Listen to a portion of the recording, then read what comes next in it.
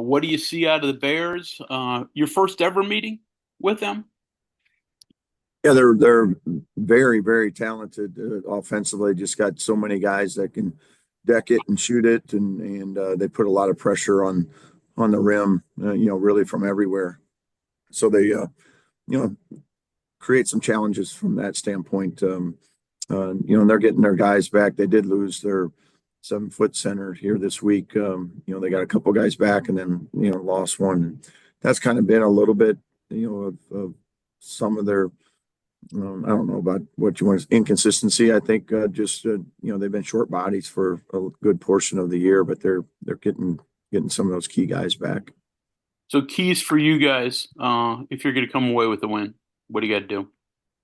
Yeah, I think the biggest thing is just if you let them get into the paint, now they're at the rim and they're kicking out for threes. It's now it's easier said than done because they're so gifted as kind of individual players of going by you and getting by you. So that's our challenge. Is just we're going to have to be really connected as a team defense.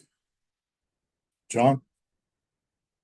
That was looking up here. Couple oddities. They ran a little 1-3-1 against Houston. I mean, is that something specific to what Houston did, or is that something they're throwing in there? And they shot 58% and lost the game by 11. I mean, it's pretty. That's an odd thing to see right there. Yeah, they do it. It's kind of a tandem zone. It looks like a 1-3-1. They have all four guys above the free throw line, and then as the possession goes, it kind of drifts back into a 2-3, but they always try to get their two guards kind of tandem up top with two wings really high, and they've done that for a, a lot of a lot of years with him. We actually played him in the NCAA tournament. It was a while ago, but he was doing it back then. So, but they'll change up their defenses. They'll switch 5 ways. Sometimes they'll switch 4 ways, and then they'll throw in that zone, for a good portion of the game as well. But yeah, as you said, they played well. Just shot it well. Houston did too. One other thing here, with the way they're playing defense and all the different things that you've seen, I think with Javon's had 9 shot attempts in his last 2 games. Obviously, that's got to be a big focus for you guys to figure out ways to get him freed up for shots, right? Yeah, I mean that's something we're trying to do every game. That's now there's at times there's only so much you can do if you want to commit 2 people to him all the time.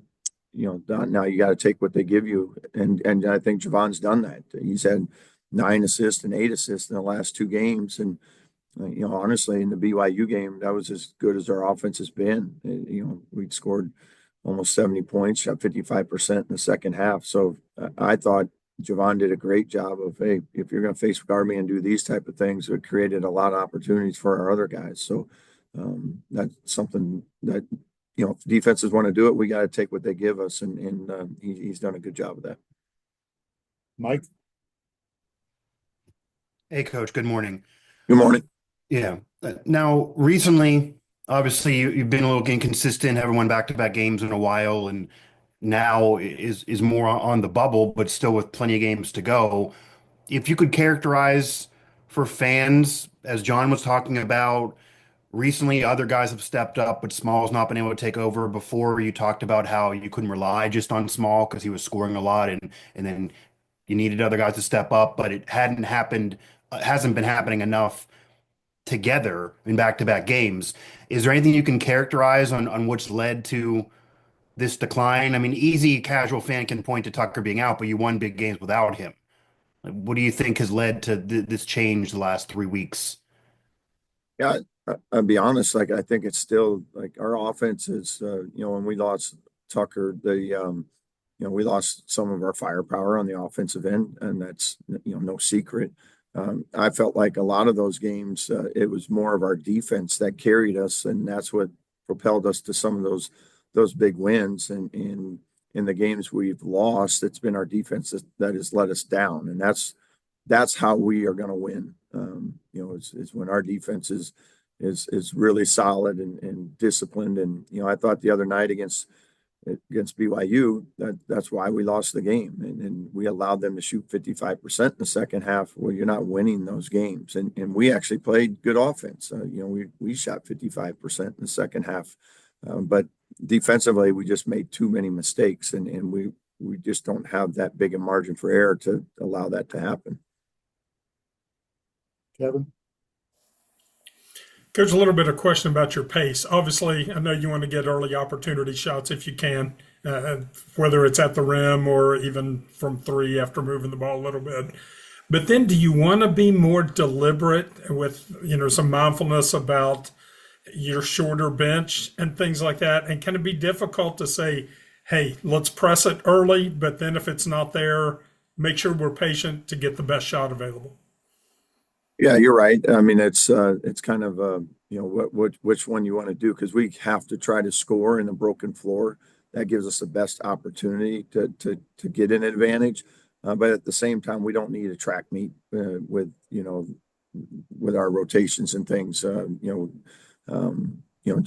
From just preserving guys that have to play a lot of minutes. So it's trying to find that balance of when to push and when to pull back and be a little more deliberate and making sure we get a really quality shot on a possession. But we still want to take advantage of those open floor opportunities as much as we can. And then once we get into the half court, now be really intentional about what we're trying to get. That doesn't seem like there's something, that you can do in a drill, that it's more just something you got to try to reinforce, discuss, and when it happens in practice, say, hey, this is where we want to take a beat and reset. Yeah, I think that's something, as game by game, a little bit of like, hey, let's really try to, put an emphasis on kicking it ahead and pushing versus, hey, check it out, see if it's there. And then if it's not, hey, let's pull it out and get into, whatever set we're trying to get and try to utilize, our guys the best way possible. Cody? Hey, Darren. So you mentioned keeping Baylor out of the paint, and that was, what happened against BYU that you were upset about. So do you make adjustments going into tomorrow, or do you just kind of reestablish with the guys about how aggressive they should be and keeping guys in front of them? Yeah, I think it's more that just being more disciplined with our effort, and like I told the team, we played plenty hard enough. It just we didn't play with enough discipline on some things. We got a little too aggressive at times, and then they were able to get by us, and now they're playing downhill and playing a numbers game. So you still want our guys to be aggressive and into the ball, and but making sure they also can do a good job of keeping it in front. Anytime you start to get the ball and it gets behind you, now you're in trouble. So maintain that same mentality, but also do a better job of making sure you just got to keep it in front of us as much as possible. Justin? Hey, Coach. Good morning. How are you? Good. Hey, the talk of the defense kind of interests me in the sense that when you look at the overall stats, your defensive numbers are pretty good. I certainly get what you're talking about with the shooting percentages from BYU in the second half. I'm kind of curious, is there like an X number in your mind as you're game planning and kind of going game by game? Is there an X number in your mind? Hey, if we get to this many points, we should win the game. Is there anything like that in your game planning? No, not really. I mean, every game's going to kind of dictate itself, but it's, I'd love to say, hey, let's get to 75 points every game, but we don't control that as much as we would like, because there's, shooting percentages, whatever. It's for us, it's controlling, like we talked about, the controllables, and that's our defense. And then, on the offensive end, the things we can control is, taking care of the ball and making sure we get good movement and being unselfish, those type of things. But ultimately, we can't make the ball go in the basket. We can get some open opportunities and things, and sometimes, we hit them, sometimes we don't. But I know what we can control on the other end of the floor right now.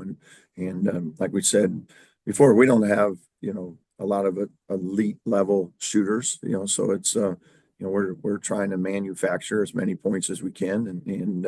But on the other end of the floor, we have to be as solid and disciplined every single, possession try to limit their opportunities. And obviously, with Baylor, I kind of like with the BYU game where they had the Demon kid, who obviously talented freshman. Baylor's got the Edgecombe, I believe is how you pronounce it.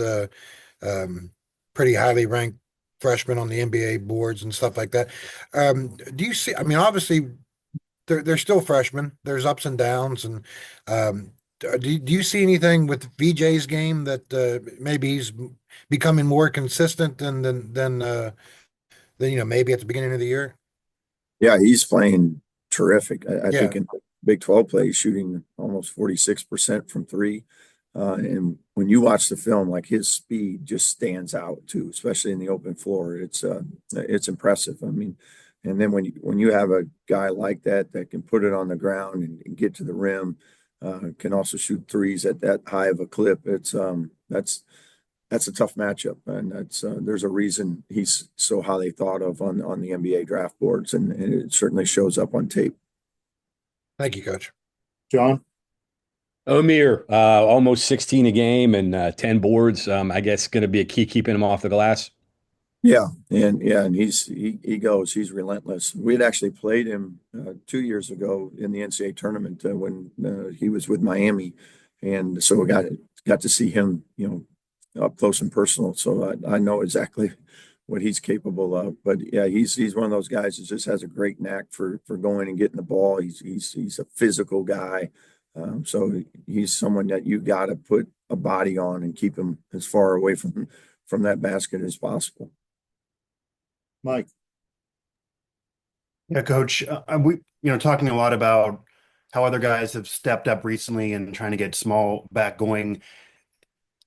Is there a dichotomy that you kind of have to wrestle with of trying to get small back going, but make sure that they also still stay clicking when we're talking about Joseph and Hansberry, etc., because that's really the recipe to win. And you mentioned that kind of being an issue earlier in the season when you were still winning. And then just also as an addition here, some of the players, not you, but some of the players talked about that your scouting report's fine, slow starts to games, which kind of picked up recently was on them. How would you characterize the effort of the team and how that's turned around, or even how they feel about themselves since I think it was Joseph who said that about a week ago?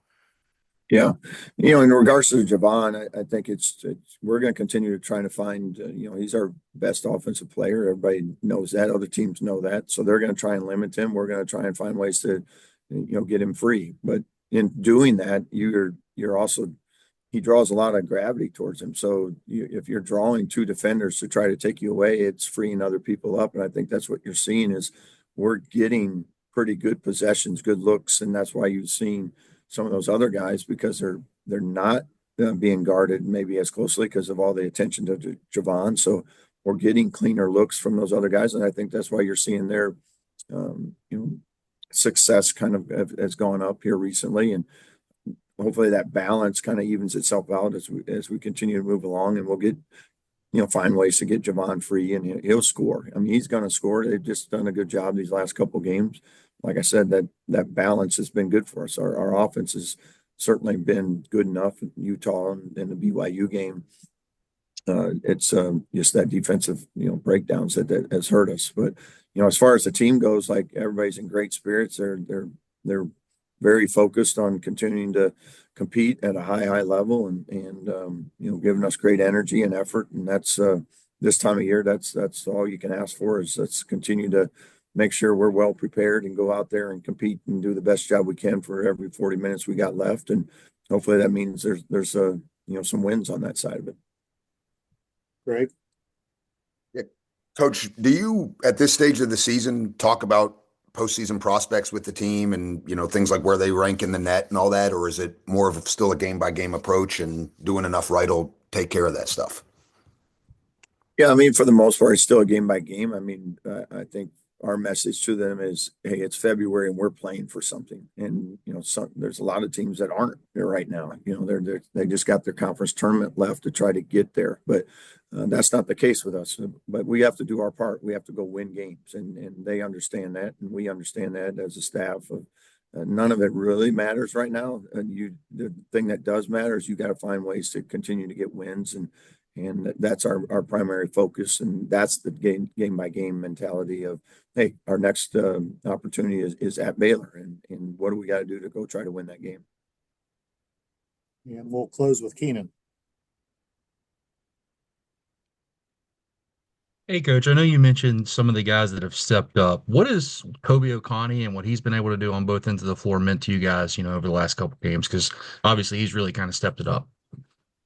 Yeah, I think he's given us some great versatility. He's made some open threes. He's been able to get in the paint, shoot a little jump hook every once in a while, give us a big offensive rebound, give us some drives at the rim. So he's done a nice job of kind of utilizing all the things he's capable of, and that's been a nice little burst for us on the offensive side of it, because those are the things that he's capable of doing, every night. I think that's it. Thanks, Coach, and thanks everyone for calling in.